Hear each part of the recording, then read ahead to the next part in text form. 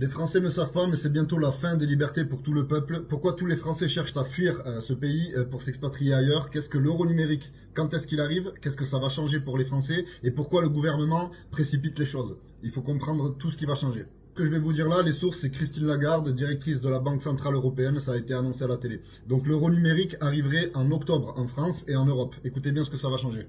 Concrètement, vous n'aurez plus la gestion de votre argent, c'est-à-dire que ce sera l'État qui va contrôler votre argent. Si vous avez un impayé, si vous oubliez de payer vos impôts ou quoi que ce soit, ils vont vous retrouver et vous prélever directement à la source, parce que c'est eux qui auront le contrôle. On parle aussi éventuellement de note sociale, un peu comme en Chine. Donc si vous ne vous comportez pas bien dans la société, vous allez avoir une mauvaise note. Et si vous avez une mauvaise note, ça va vous empêcher de faire des dépenses ou alors des activités, parce que vous n'aurez pas le contrôle sur les paiements. Donc le contrôle il va être effectué de la sorte, si vous avez une mauvaise note ou alors que vous avez un impayé, vous allez aller faire des emplettes et vous acheter une paire de chaussures. Quand vous allez vouloir payer, le paiement va être refusé. Parce que l'État va dire non, non, vous nous devez de l'argent, vous n'avez pas le droit d'en dépenser. Paiement refusé. Donc on va être traqué, hein. Imaginons qu'il y a un nouveau confinement, étant donné qu'on n'aura pas le droit de dépasser une certaine zone quand on sortira de chez nous. Si on veut faire un paiement alors qu'on est trop loin, qu'on n'est pas dans cette zone, ils vont le voir et paiement refusé, pareil.